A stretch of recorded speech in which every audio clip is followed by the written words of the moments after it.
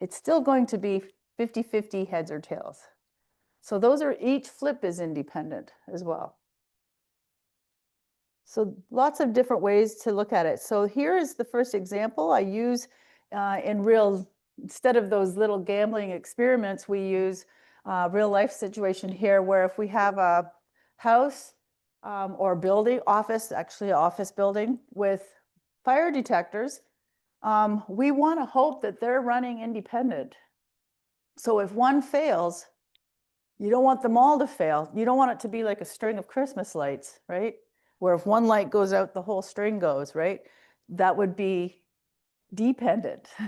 So here we have a fire detector, and the probability is 0.02 that any of the fire detectors of that type will independently fail to go off during a fire.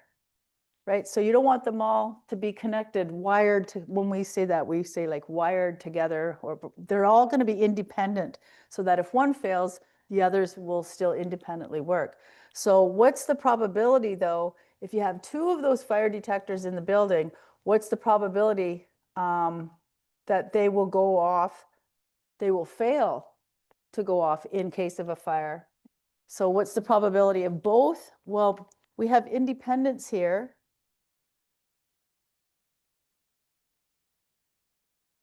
Right? And so the probability of both fail is equal to detector one. Let's put it down. Detector one fail, multiply, that's a little multiply, by detector two fail. And so the probability of a fail is 0.02,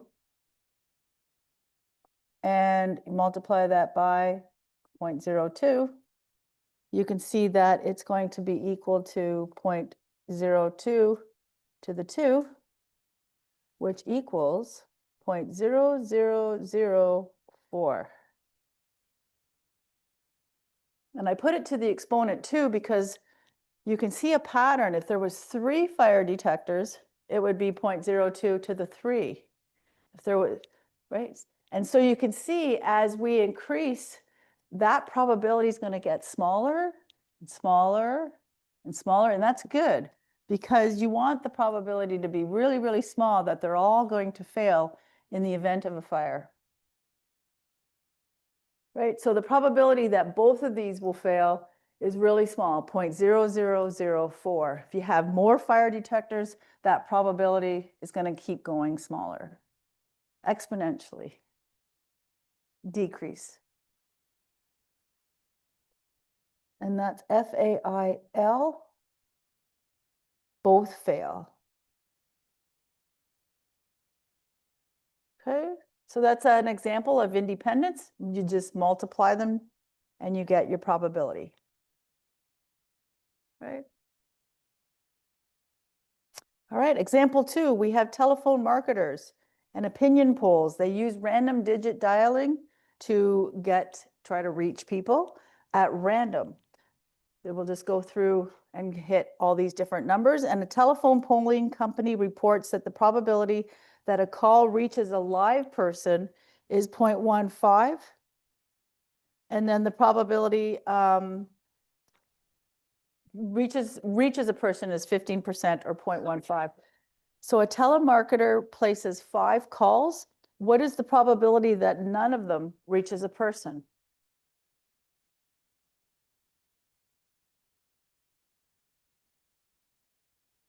So the probability that call reaches one live person equals, and this has been given, 0.15.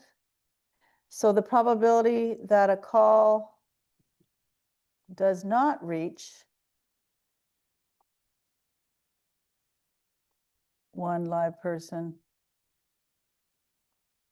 is going to be equal to what? Yeah. sorry, point. Yeah, but I'm just sort of breaking it down first. I'm not jumping to the end.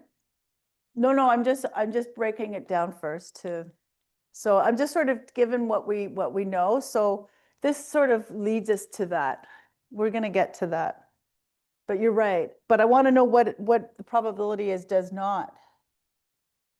So we know the probability that they reach someone is 0.15. What's the probability that they do not reach one person? Anyone? 1. Remember the complement rule?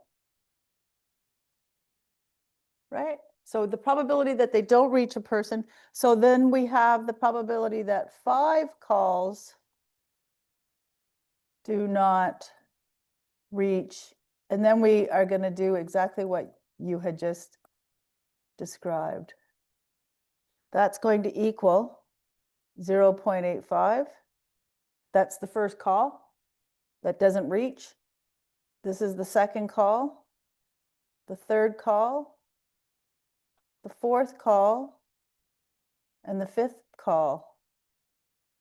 And it's exactly what you just said. So we have 0.85 to the exponent 5, because there's 5 phone calls, and that ends up equaling 0.44, I believe, 37. Someone could check that. That's what I've got here in my notes. So if they're trying to call, the probability is pretty high that they won't reach. In 5 calls, it's pretty high, right? 0.44? Kind of high. And then if we were going to check to see if they don't reach a live person after 10 calls, it would be 0.85 to the exponent 10, right? So you can see why I broke it down. I wanted to see what the probability is of reaching someone. That was given, 0.15, and then use the complement rule to find out does not reach a person. So 1 minus 0.15 is 0.85, and then we can just figure it out from there.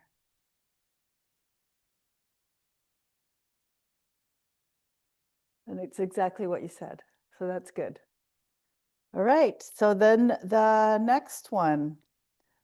Suppose we have 15% of an employees at a company have managerial positions, and 25% of the employees in the company have an MBA, Management and Business Administration degree. 9% of the employees in the company have both an MBA degree and a managerial position. What is the probability that a randomly selected employee has a managerial position given that he or she has an MBA degree? So we have this key word here, and that's telling us everything after that given is extra information. If we know that they have an MBA degree, it's going to change the probability that they have a managerial position because it's information we know. So it's like saying, what's the probability that the randomly selected person has a managerial position if we know that they have an MBA degree? So it changes, right? Changes the probability. So let's say A is the event of the managerial position, and let's say B is the event of they have an MBA degree. So the probability of A, we can just write down what we know, is 0.15. The probability of B is the MBA, it's 0.25. And we know the probability of A and B, that was given too, that 9% has both, right? Both. And then we can go ahead and get our conditional probability. So the probability of A given B. So that's the probability that, what's the probability they have a managerial position given, that's the pipe, that straight line is a pipe. And it means given B, that they have an MBA degree. And we just use our formula. It will be the probability of A and B in the numerator divided by the probability of, what do I divide by here? A or B?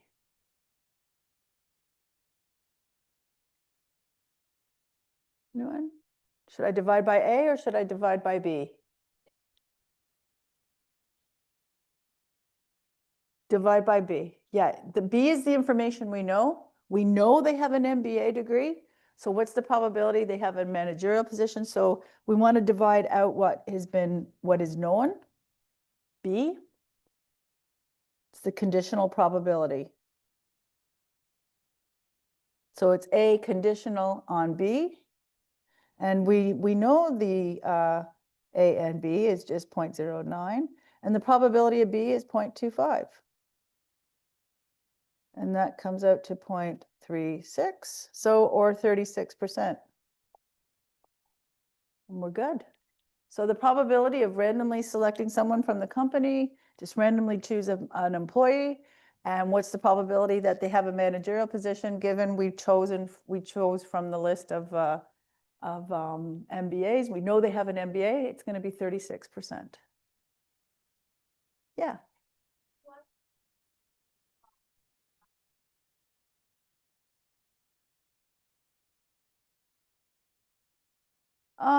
We don't need the probability of A because it wasn't part of the question.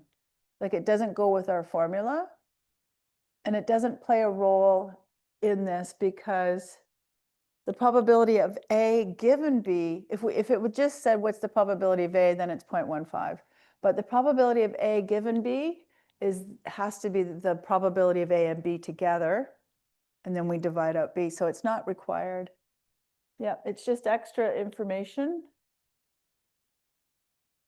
And that happens with questions, right? Extra information can be given just to test to see if you know how to do this as well, right? Plus it's complete. It gives the complete, here's A, here's the probability of A, here's the probability of B, here's the probability of both. What is the conditional? So being able to set that up, if you can set it up, you're there pretty much, right? Setting up the question is 90% of the work, really. All right, so suppose we have two events, A and B, on the same sample space, on the sample space S. And let's say you have this information. Let's say you're given the probability of A is 1/5. The probability of A given B is 1/3 or a third. And the probability of B given A is 1/2 or 0.5. So we may need all these. We may not need them all. It's what's been given. So they want to know what is the probability of A or B. So we can,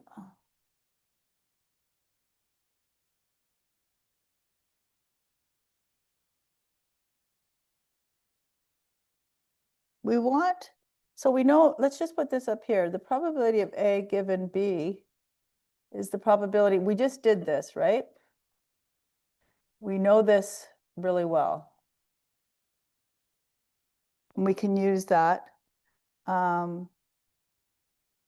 So we go, the probability, this is what they're asking. The probability of A or B is equal to the probability of A. This is just the formula that we use. The probability, and we subtract out the probability of A and B. That's given on the previous slide, like quite a few slides up. We started with that one, the general rule of addition. So we know the probability of A. Do we know the probability of B? No. We need to know, we have to find the probability of B, and we need to find the probability of A and B. But we could rearrange our formula and do this. The probability of A and B, if we rearrange that formula at the top, we can do this. We can do this. We can use this too. This is the same thing. If I just switch this around, it will still be the probability of A and B at the top. This time you divide out the probability of A. If you rearrange that, you get what I'm writing here at the bottom. And that we know that B given A is 1/2 multiplied by probability of A is 1/5.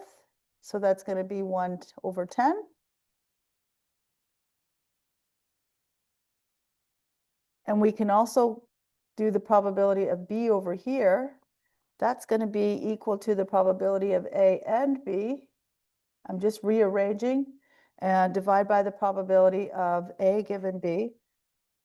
Again, both of these bottom formulas, I'm just rearranging from these top ones. So this one was rearranged to give me this. This one's rearranged to give me this.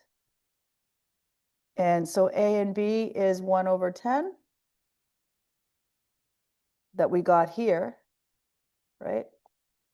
We know A and B is 1/10, and then we have A given B. A given B is going to be 1/3 because that's given here. And that ends up equaling 3/10. And now we have everything we need. We have probability of A. We now have probability of B. And we have probability of A and B. We can just fill it all in.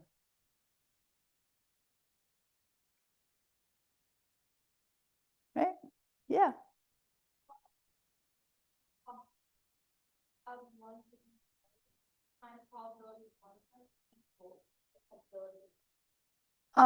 Because it's, if you take this here is true. So let's look at this one. If you see that this is true, this is one of them, and this is the other one. If you rearrange it so that you have the probability of A and B just on one side, then it's going to equal the probability of B given A, because I'm just bringing it over algebraically. So if we know the conditional probability formula is true, then we can rearrange and we know that it must be true using algebra.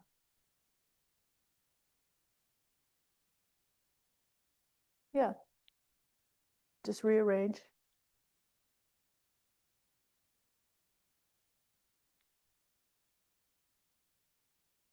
And so we just put those in. We have the probability of A is 1/5, plus the probability of B was 3/10. Subtract the probability of A and B, which is 1/5.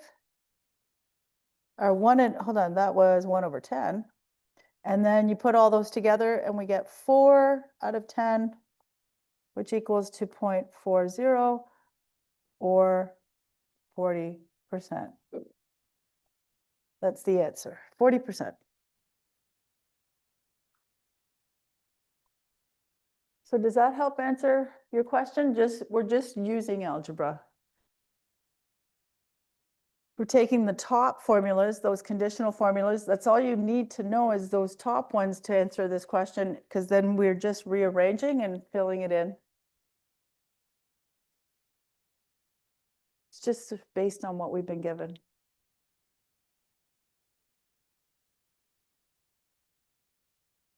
All right. We'll keep going. We're going to do some more independence.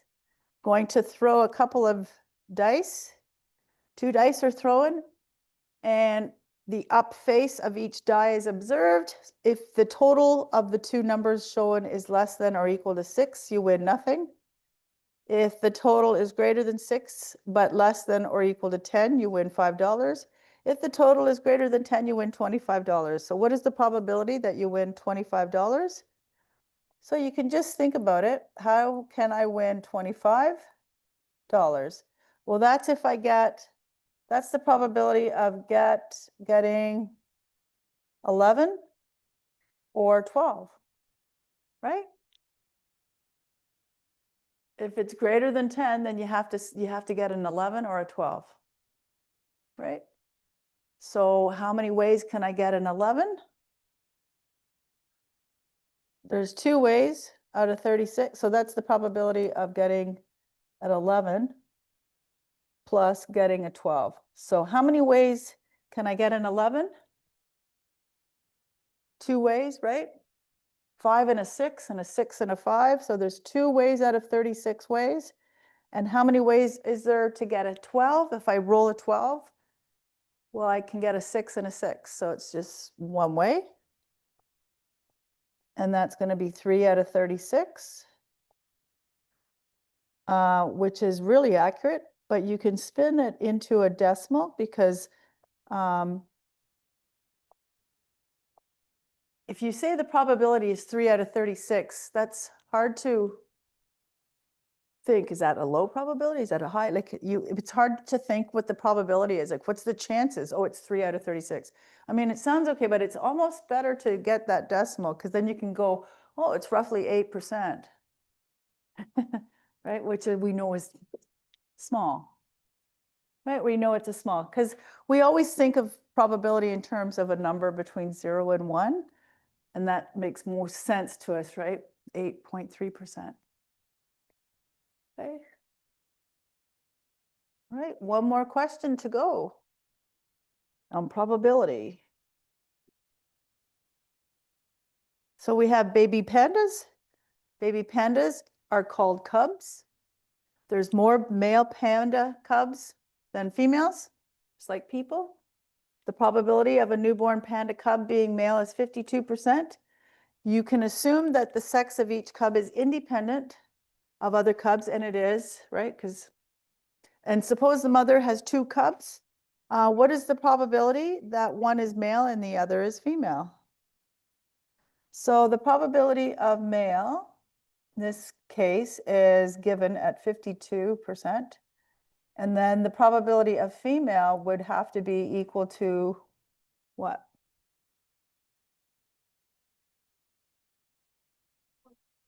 Yeah, 0.48, right? Using the complement rule, 1 minus 0.52. And then what is the probability that one is male and the other is female?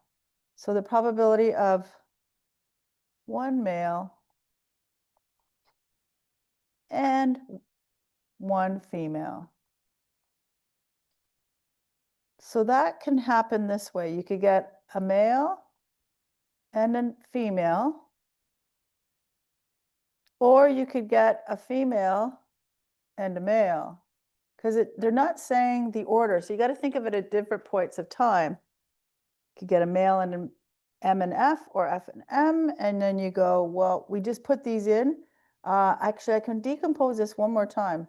F times the probability of F, so probability of M times the probability of F, plus F times the probability of M, and that's going to be 0.52. I use these brackets just to keep it from running together, and this will be 0.48 times 0.52. All that together is going to be just under half, 49%. So the probability that she has one of each cub is less than half. Using independence, because they're independent, you multiply. Now, if the question had have said, what's the probability that the first one is male and the second one is female, then you would only just do 0.52 times 0.48. But because order wasn't specified, she could have the male and female, and then the female and the male, okay?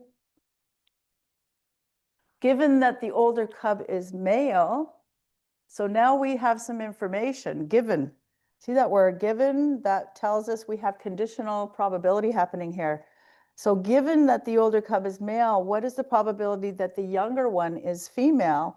So that's going to be the probability of female given male, right? What's the probability of a female given that we have one male? We just do this, the probability of F and M, divide out the probability of M, and we know that the probability of F and M is 0.52 times 0.48, divide by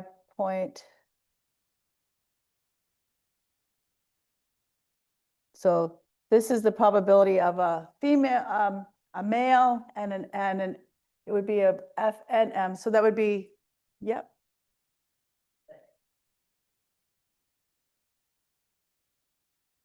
That's good. That's good. We're going to lead to that. Exactly. We could have just jumped to the answer, right? What's the probability of the panda cub being female, given that the oldest one is a male? What is it?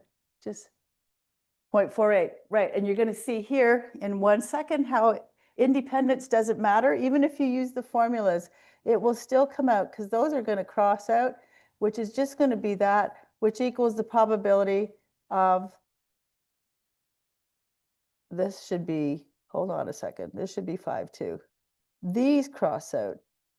The males cross out, and it should just end up being equal to the female. Right. So the probability of the cub being female, given its male, it doesn't matter if it was a male or a female. Doesn't matter. It just ends up being the probability of a female.